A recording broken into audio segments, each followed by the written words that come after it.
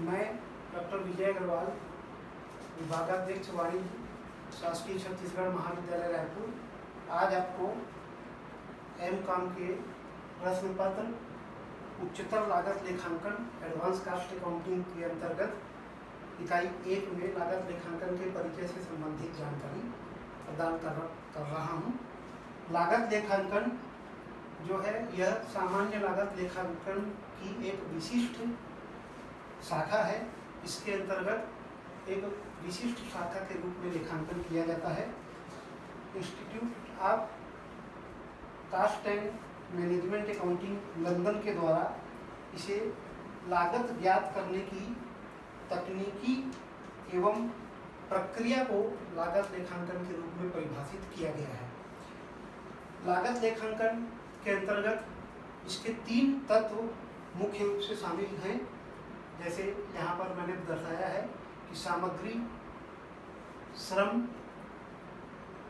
व्यय, material, labour और expenses, या इसको ओवरहेड भी कहते हैं। ये इसके मुख्य रूप से 3 तत्वों के में शामिल होते हैं। लागत लेखांकन की जो विशेषताएं हैं उसमें यह लेखांकन की एक विशिष्ट शाखा है। यह कला और विज्ञान दोनों के रूप में स्थापित है। इसके द्वारा institute of cost and works account के द्वारा जैसे चार्टर्ड अकाउंटेंट की एक डिग्री प्रदान की जाती है, वैसे ही ICAW की WA की एक डिग्री प्रदान की जाती है, अर्थात इसको एक पेशे के रूप में भी मान्यता प्रदान की गई है। और कुल लागत के विभिन्न संगठक जो हैं, जिसमें सामग्री, श्रम और व्यय शामिल हैं, इनका निर्धारण लागत लेखांकन के अंतर्गत किया जाता है। इसमें लाभ और लागत दोनों की गणना के लिए सांख्यिकी संबंधों का, सांख्यिकी डाटा का प्रयोग किया जाता है और इसके आधार पर प्रबंध अपने उत्पाद के संबंध में, उनके उत्पादन करने के संबंध में, उत्पादन की मात्रा बढ़ाने घटाने के संबंध में, बाजार में बेचने और बिक्री की मात्रा कम ज़्यादा करने के संबंध में निर्णय ले सकता है। निर्णय लेने में उसको सहायता प्रदान करता है। इसका क्षेत्र बहुत व्यापक है लागत लेखांकन का। लागत लेखांकन के अंतर्गत लागत का वर्गीकरण किया जाता है। इसे विभिन्न वर्गों में बांटा जाता है। वर्गों में बांटकर इसका एक रिकॉर्ड रखा जाता है, अभिलेखन भी इसका किया जाता है। इसके साथ साथ लागत का आवंटन, यदि कोई लागत ऐसी है जो अवशोषण करना है, जिसे दूसरे अन्य उत्पादों पर प्रभावित करना है, बांटना है, आवंटित करना है, तो उसको आवंटित भी किया जाता है।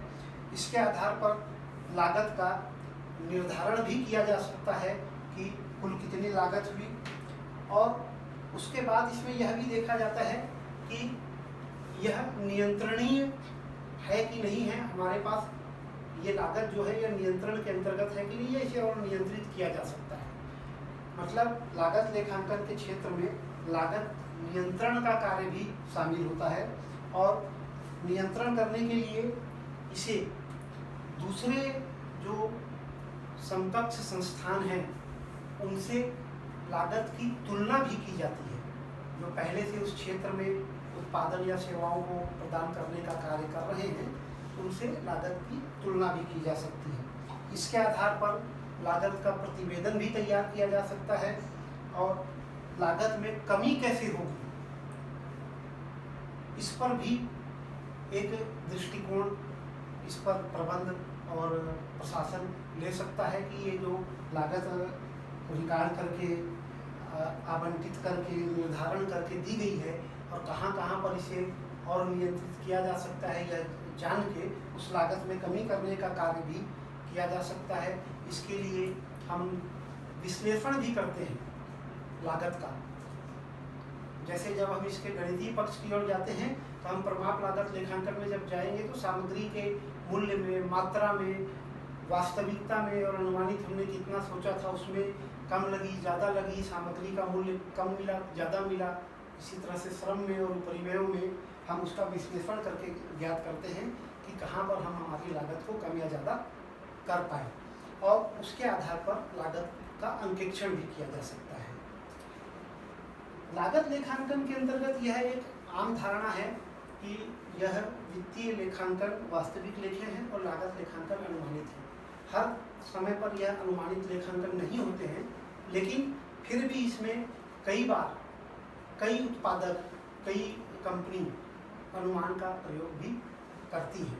किसी भी क्षेत्र में, सेवा के क्षेत्र में या उत्पादन के क्षेत्र में जब वह अपना कार्य योजना तैयार करती है जाने के लिए, तो पहले वो पुराने जो अपने प्रतिद्वंदी हैं उनके आधार पर यह तय करती है कि उनकी लागत कितनी है, और हम अगर आज इस वस्तु या सेवा को उत्पादित करते हैं या प्रदान करते हैं तो हमारी लागत कितनी होगी, वहाँ पर वह अनुमान का प्रयोग करती है।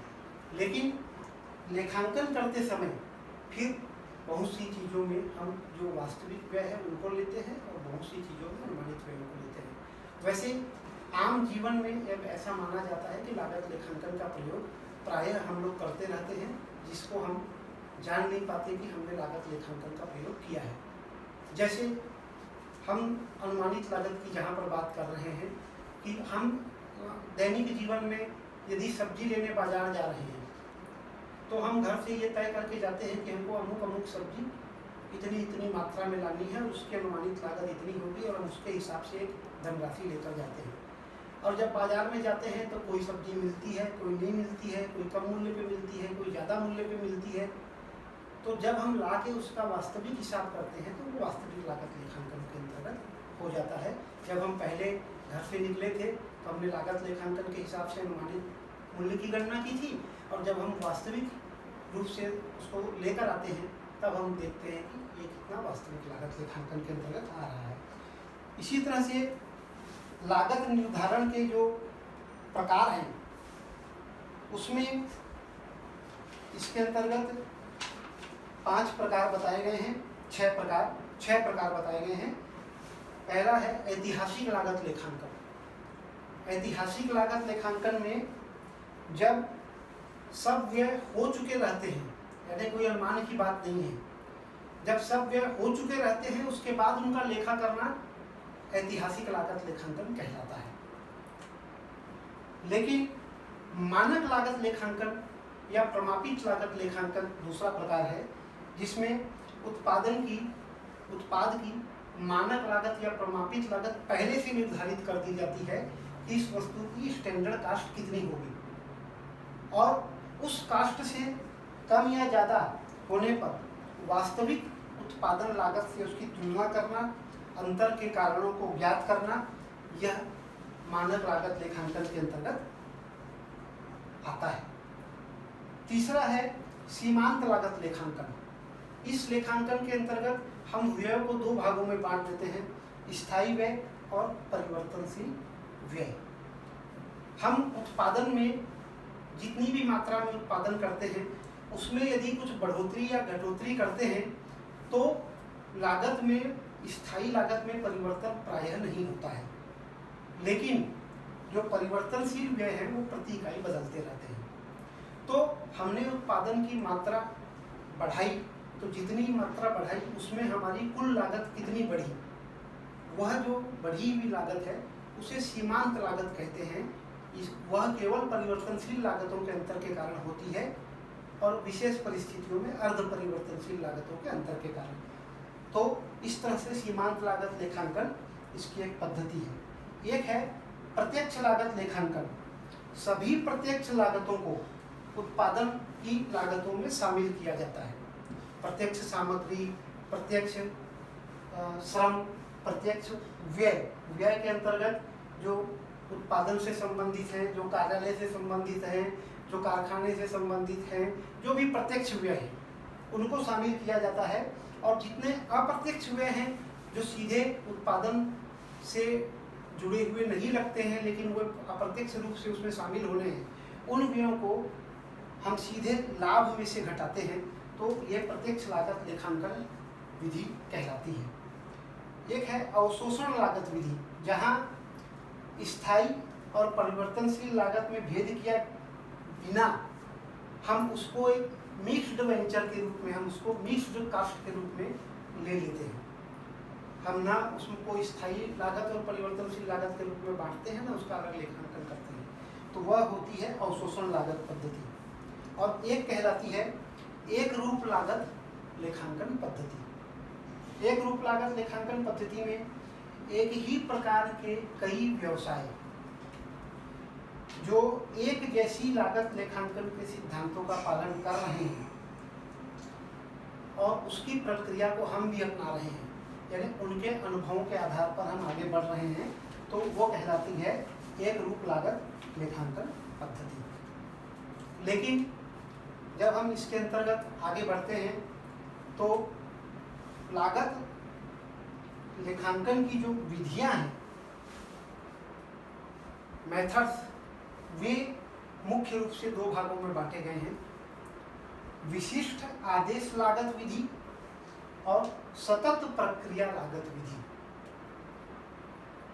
विशिष्ट आदेश लागत विधि के अंतर्गत उपकार्य की लागत ज्ञात करना, इसके अंतर्गत हम किसी छोटे से कार्य की लागत जो अपने कार्य से है उसको कितनी लागत हो रही है और हमको इस पर कितना खर्च होगा तो कितना हमको इसमें लाभ लेते हुए इसका मूल्य तय करना चाहिए, वो कार्य की लागत। एक ठेका लागत जो कि आपके प्रायः कार्यस्थल से बाहर कहीं पर भवन का, सड़क का जो ठेका लेकर कार्य किया जाता है उसकी लागत का जो लेखांकन है उसकी विधियां इसके अंतर्गत आती हैं, जिसमें वहाँ पर लगने वाले समस्त व्ययों का लेखा किया जाता है। इसमें एक बात ध्यान रखेंगे कि इसमें द्विप्रविष्टि प्रणाली के सिद्धांतों को कहीं पर छोड़ा नहीं जाता है, लेकिन चूंकि दोहरा लेखा प्रणाली और दोहरा खाता प्रणाली में उनके खातों के प्रारूप निर्धारित हैं और लागत लेखांकन में उनके प्रारूपों पर अलग अलग लेखकों को का अलग अलग अभिमत है, तो उसके अनुसार सुविधानुसार उनके प्रारूपों को बनाया गया है। फिर आती है समूह लागत लेखांकन और लक्ष्य लागत लेखांकन। ये चार विशिष्ट आदेश लागत विधि के अंतर्गत शामिल होते हैं।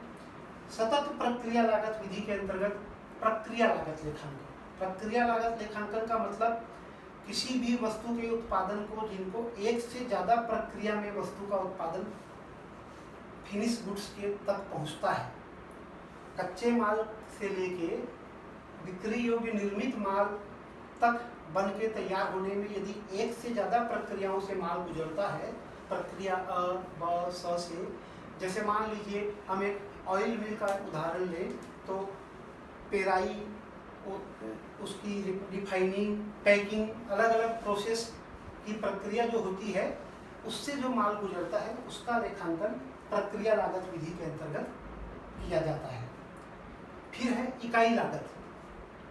प्रति इकाई लागत कितनी होगी, किसी भी उत्पाद की प्रति इकाई लागत कितनी होगी, उसकी गणना करना इकाई लागत लेखांकन के अंतर्गत शामिल किया जाता है। हम यदि किसी भी उत्पादन की हम योजना तय करते हैं, जैसे हम ये पेन बनाने की ही योजना तय करें तो इस पेन की हम 10,000 इकाइयाँ बनाने के लिए एक प्लान तय करते हैं, उसके लिए सामग्री, श्रम और परिवहन वगैरह कितने लगेंगे, इसका निर्धारण हम अनुमानित और वास्तविकता और ऐतिहासिक लागत लेखांकन और जो एक रूप लागत लेखांकन के आधार पर तय करते हैं। और उसके बाद हम देखते हैं कि 10,000 पेन में तो ये लागत आ रही है, पर प्रति पेन कितनी लागत आ रही है, उसकी गणना करना इकाई लागत लेखांकन के अंतर्गत आता है। फिर है परिचालन लागत। परिचालन लागत यानी ऑपरेटिंग कास्ट, ऑपरेट करना। यहाँ पर किसी वस्तु का उत्पादन नहीं है, सेवाओं की लागत की गणना परिचालन लागत के अंतर्गत की जाती है। किसी भी उत्पाद का उत्पादन करना या सेवा प्रदाता के द्वारा कोई सेवा जो प्रदान की जा रही है, चाहे वो ट्रांसपोर्ट सर्विस हो, यात्रियों का ट्रांसपोर्ट हो, माल का परिवहन हो, सिनेमा हॉल में अलग अलग कैटेगरी में दर्शकों के बैठने की व्यवस्था हो, होटलों में अलग अलग ग्रेड के कमरे उपलब्ध कराना हो, या आपको किसी और तरह की सेवा प्रदान करना हो, तो जहाँ पर सेवा की बात आएगी और उसकी लागत की गणना करनी होगी, वहाँ पर परिचालन लागत के अंतर्गत उस लागत की गणना की जाती है। एक होती है विभागीय लागत, अलग अलग विभाग की लागत की गणना करना, और बहुसंख्य लागत। इस प्रकार से लागत लेखांकन की विभिन्न विधियां हैं। और इसमें लागत, जो इकाई लागत है, इसके अंतर्गत इकाई की परिभाषा भी अलग अलग तय है। किसी जैसे कोयले के उत्पादन के लिए प्रति टन कोयला, लेकिन पेन के उत्पादन के लिए प्रति पेन, कार के उत्पादन के लिए प्रति कार, अलग अलग बिजली के उत्पादन के लिए प्रति 100 मेगावाट, या अलग अलग के लिए अलग अलग इकाइयों का निर्धारण लागत लेखांकन के अंतर्गत किया गया है। कितने मिनट का